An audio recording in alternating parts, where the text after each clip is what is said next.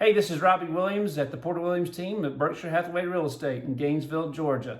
We want to invite you and say thanks for joining us for our very first episode of Community Chats, where we talk with business owners, leaders, and local organizations about the heart behind their impact on our community here. And so we're going to start off by focusing on restaurants because of COVID-19 and the impact that it's had. We want to start off focusing on the restaurant industry. And so today, for our very first interview, we're going to be talking with Jeff Worley from over at the Collegiate Grill in Gainesville, Georgia.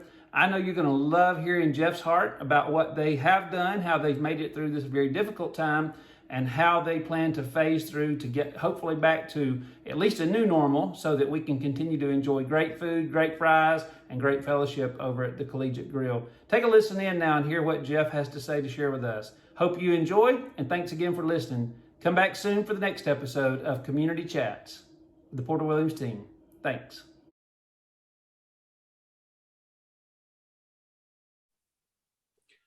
All right, well, thanks for joining us today for our very first ever Community Chats. And we're joined today with Jeff Worley at the Collegiate Grill. Jeff, thanks so much for chatting with us today.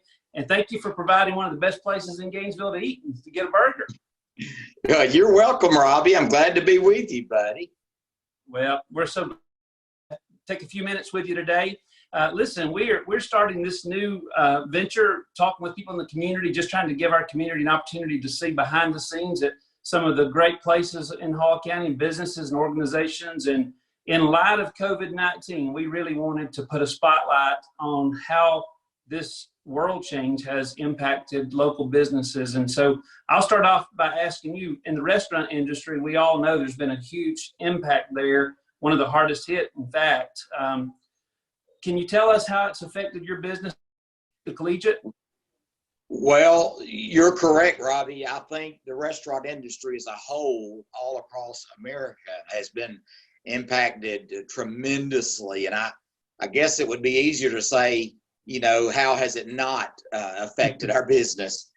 Because in every aspect, it seems that there's change. It began, of course, when COVID first was announced and we became aware of the virus and the contagions and all that was involved. And when they first began and shut schools down, we began practicing social distancing and removed half of our seating immediately and reduced the seating capacity inside the restaurant to less than 50 following CDC guidelines. So we immediately made some of those changes early on, but soon it became apparent that the issue was much larger than we first thought. So at that point, we ceased operations inside the restaurant altogether and closed down for a period of 2 weeks. We just shuttered up for 2 weeks, about like everybody else, I think. And until we got hungry and couldn't afford to buy groceries, and we had to figure out a way to make a living. And so at that point, we opened back up with reduced hours and with a different business model, I guess you could say, which is call in, carry out. We have Uber Eats and we have Grubhub and we have DoorDash. We're utilizing all of those platforms and they're performing quite well, actually. My son, Brandon, who works right by my side, pushed me for months to buy into Grubhub. I pushed back, didn't want to change. But looking back, I can see now that God had his hand in that. He set us up ahead of time, and that's worked out quite well. And so it's affected our business, obviously, in the percentage of business. We're probably doing 65% now of what we would normally be doing. But all of that is carry out. So it's a big change for us. Mm-hmm. I bet it is. So knowing you and Donna the way that I do, my guess is that probably the most difficult part of this whole process has not been the money or the business. What would you say has been most difficult about this whole process for not just for the Collegiate, but for Jeff and Donna Worley? I think for Donna and I both, and I think I could speak for her when I say this, I think the loss of personal contact with others, with people. Mm-hmm. She and I both were alike in that regard, that we love people. And, we don't do what we do just because we like to cook hamburgers. We love to serve people, and we love to connect with people. And you know me well, Robbie, and I know you well. And I'm a hugger, I'm a handshaker, I'm a knuckle bumper. I love physical contact. I love to be with people. I love to talk to folks. God, I miss our customers daily that I interact with. So it would definitely have to be, I think, one of the most difficult things for us has been just the loss of personal, intimate contact. Sure. Yeah.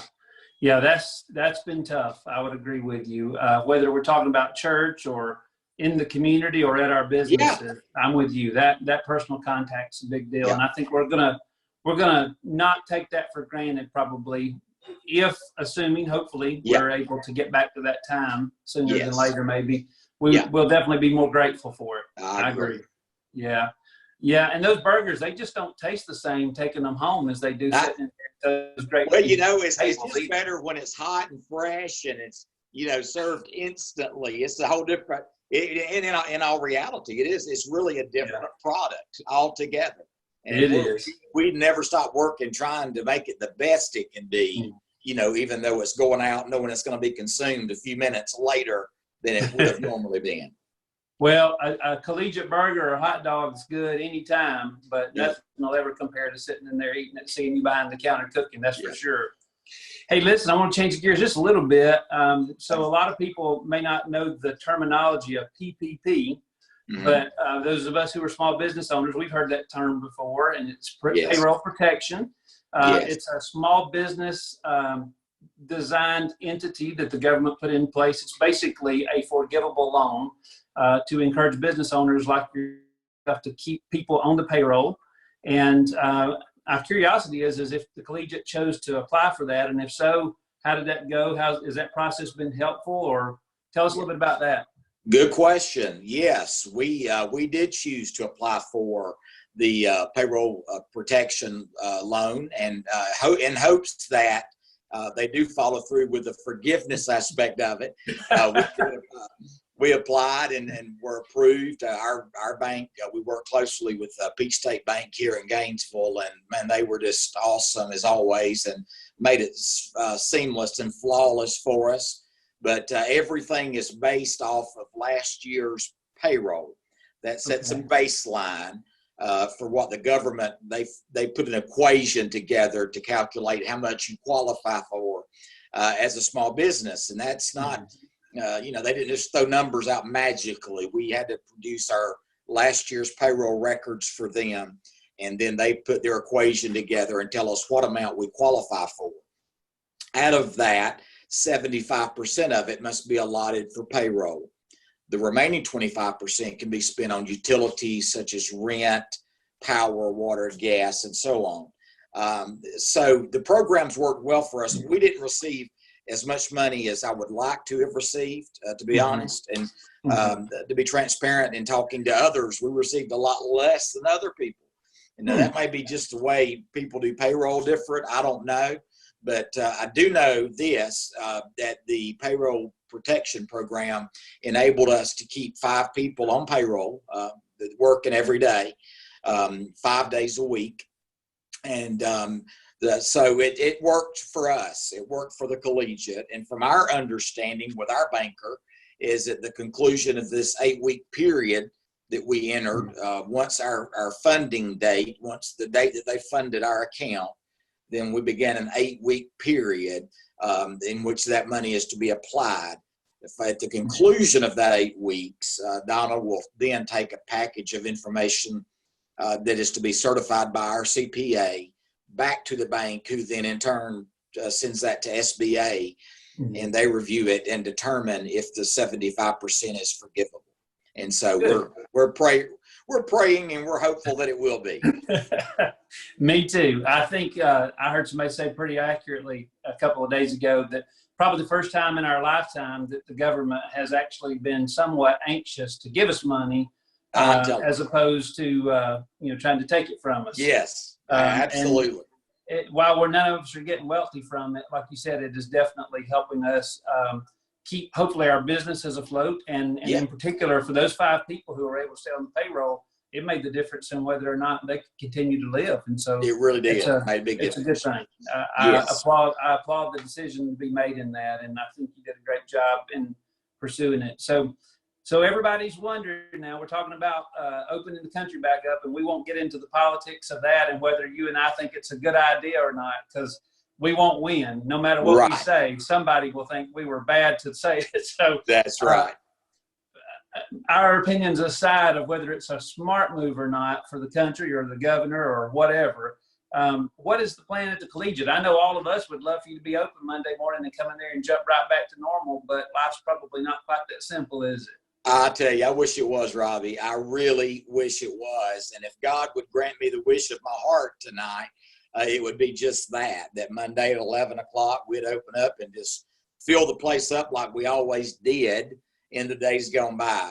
But that's not going to happen. We're not going to do that. I've made the decision that we're going to keep our dining area closed for now. We support our governor. We support our president. But we try to stay really in tune with CDC and local health officials and make decisions based on all of that information all together. And I'll just be candid. If I'm going to err, I would much rather on this one err on the side of caution and taking care of our staff and taking care of the folks that we serve that we really do care about. And so while we would love to see them come in and dine inside, we really would. We're just not willing to take the risk associated with that right now.